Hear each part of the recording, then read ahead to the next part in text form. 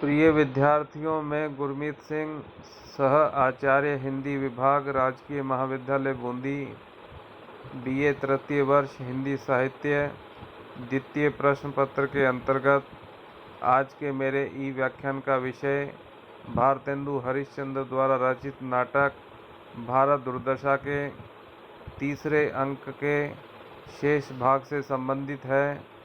इसके पूर्व के वीडियो में हमने तीसरे अंक की व्याख्या की थी।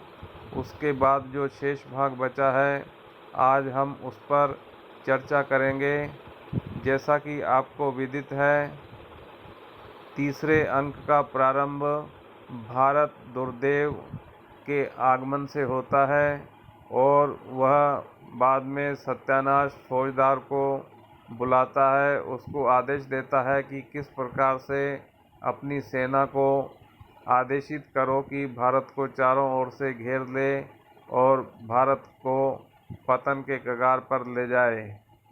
और इस प्रकार से इस अंक में भारत दुर्देव जो विनाशकारी प्रवृत्तियों का प्रतीक है, सूचक है, उसके और फौजदार के बीच में निरंतर संवाद चलता है।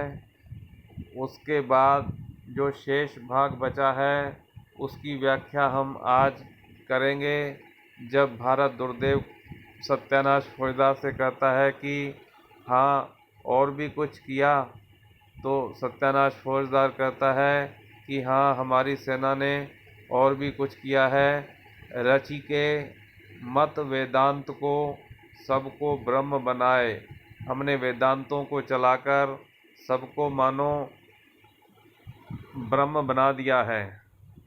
हिंदुन पुरुषोत्तम कियो, हिंदुओं को श्रेष्ठ बना दिया है। तोरी हाथ और उपाय, उनको श्रेष्ठ बनाकर हमने उनको एक प्रकार से अकर्मण्य बना दिया है। महाराज वेदांत ने बड़ा ही उपकार किया, हमारा बड़ा ही भला किया। वेदांत ने सब हिंदू ब्रह्म हो गए, अर्थात उनके अंदर अहम ब्रह्मास्मि की भावना उत्पन्न हो गई। किसी को इति कर्तव्यता बाकी ही न रही। कार्य करने की जो क्षमता होती है, इति कर्तव्यता बाकी न रही। सब कुछ समाप्त हो गया। ज्ञानी बनकर ईश्वर से विमुख हो गए। सब अपने आप को ज्ञानी मानने लग गए और ईश्वर से विमुख हुए, रुक्ष हुए, रूखे हो गए, अभिमानी हुए और इसी से स्नेह शून्य हो गए। उनके अंदर राष्ट्र प्रेम की भावना थोड़ी सी भी नहीं रही। जब स्नेह ही नहीं, तब देशोद्धार का प्रयत्न कहाँ। बस जय शंकर की। वह सत्यानाश फौजदार भारत दुर्देव को वेदांत के उपकार के बारे में बताता है। उसके बाद भारत दुर्देव सत्यानाश फौजदार से कहता है, अच्छा और किसने क्या किया? प्रश्न। सत्यानाश फौजदार कहता है, महाराज फिर संतोष ने भी बड़ा काम किया। संतोषी सदा सुखी। संतोष, जो कुछ मिल जाए उसी में संतोष करना, यह भारतीयों की एक आदत बन गई है। राजा प्रजा सबको अपना चेला बना लिया है संतोष ने। अब हिंदुओं को खाने मात्र से काम, देश से कुछ काम नहीं है। राज न रहा, पेंशन ही सही। यदि शासन चला गया तो अब वो पेंशन से ही काम चलाना चाहते हैं। रोजगार न रहा, सूद ही सही। यदि रोजगार छिन गया तो वह ब्याज मात्र से अपने काम को चलाना सही मानते हैं। वह भी नहीं तो घर ही का सही, घर पर ही पड़े रहे। संतोषम परम सुखम, रोटी को सरा के खाते हैं। हिंदुओं की विशेषताओं के बारे में इसमें बताया है कि वह सूखी रोटी को भी किस प्रकार से अत्यंत चाव के साथ खाते हैं। उद्यम की ओर देखते ही नहीं। कोई उनके अंदर जोश, उत्साह, पराक्रम या उद्यम, प्रयास करना की भावना बिल्कुल भी दिखाई नहीं देती। निरुद्धम्यता ने भी संतोष को बड़ी सहायता दी। आलसी प्रवृत्ति के हो गए हैं सारे के सारे।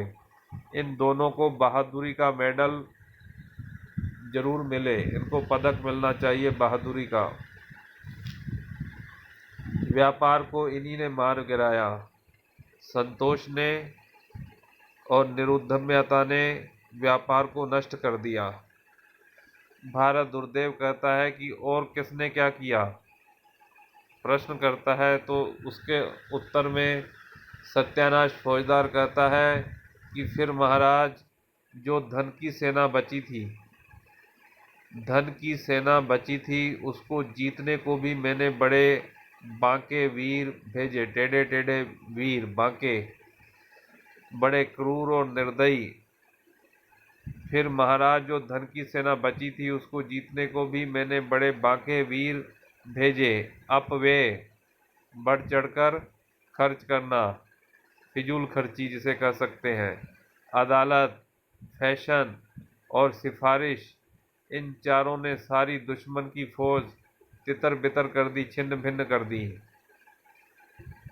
अपव्यय ने खूब लूट मचाई, अदालत ने भी अच्छे हाथ साफ किए, फैशन ने तो बिल और टोटल के इतने गोल मारे कि अंटाधार कर दिया, और सिफारिश ने भी खूब ही चकाया। समस्त भारतवासियों को इन अवगुणों ने किस प्रकार से पतन के कगार पर धकेल दिया। पूरब से पश्चिम और पश्चिम से पूरब तक पीछा करके खूब भगाया समस्त भारतवासियों को। तोहफे, बड़े बड़े तोहफे, घूस और चंदे के ऐसे बम के गोले चलाए कि बम बोल गई बाबा की चारों दिशा घूम निकल पड़ी। मोटा भाई बनाकर मूंड लिया, अपने वश में कर लिया, अपने अधीन में कर लिया, खुशामद कर करके। एक तो खुद ही ये सब पंडिया के ताऊ, उस पर चुटकी बजी, खुशामद हुई, डर दिखाया गया, बराबरी का झगड़ा उठा, धाएं धाएं गिने गई अर्थात सलामी मिली, वर्णमाला कंठ कराई। बस हाथी के खाए कैद हो गए। धन की सेना ऐसी भागी कि कब्रों में भी न बची, समुद्र के पास ही शरण मिली। सारी धन की सेना को किस प्रकार से हमने भारत से नष्ट कर दिया, उसको बर्बाद कर दिया। भारत दुर्देव और भला कुछ लोग छिपाकर भी दुश्मनों की ओर भेजे थे। सत्यानाश फौजदार कहता है कि हाँ, सुनिए, फूट, एक दूसरे के अंदर फूट डालना, फूट डालो, राज करो।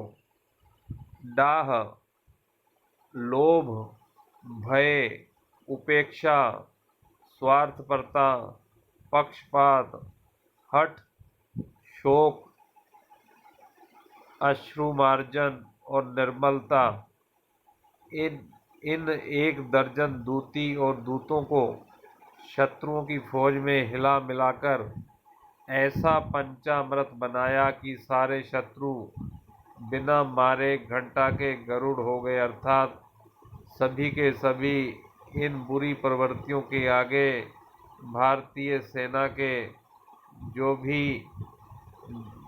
थे वह एकदम से निष्क्रिय हो गए, घंटा पर के गरुड़ हो गए, अर्थात बिल्कुल निष्क्रिय हो गए।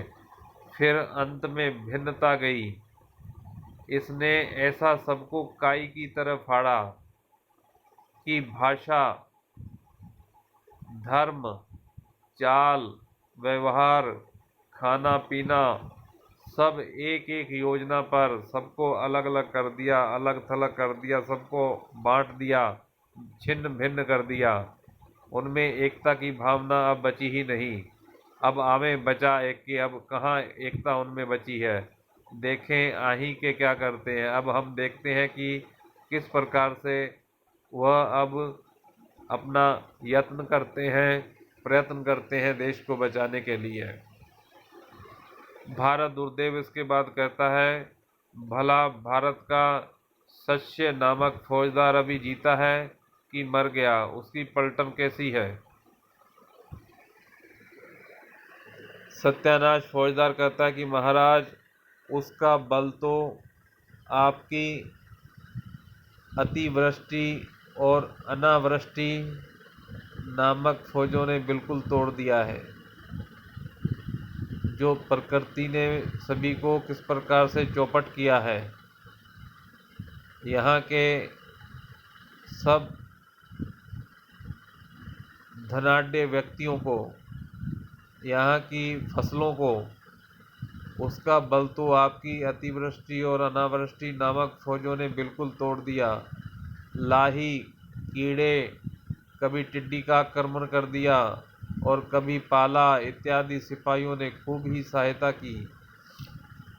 बीच में नील ने भी नील बनकर अच्छा लंका दहन किया। जिस प्रकार से हनुमान ने लंका में उत्पात मचाया था, उसी प्रकार यहाँ की फसलों में हमने नील गायों को छोड़ दिया तो उन्होंने सारी फसलों को चौपट कर दिया। भारत दुर्देव उसके बाद कहता है, वाह वाह, बड़े आनंद की बात सुनाई, बहुत अच्छी बात सुनाई तुमने।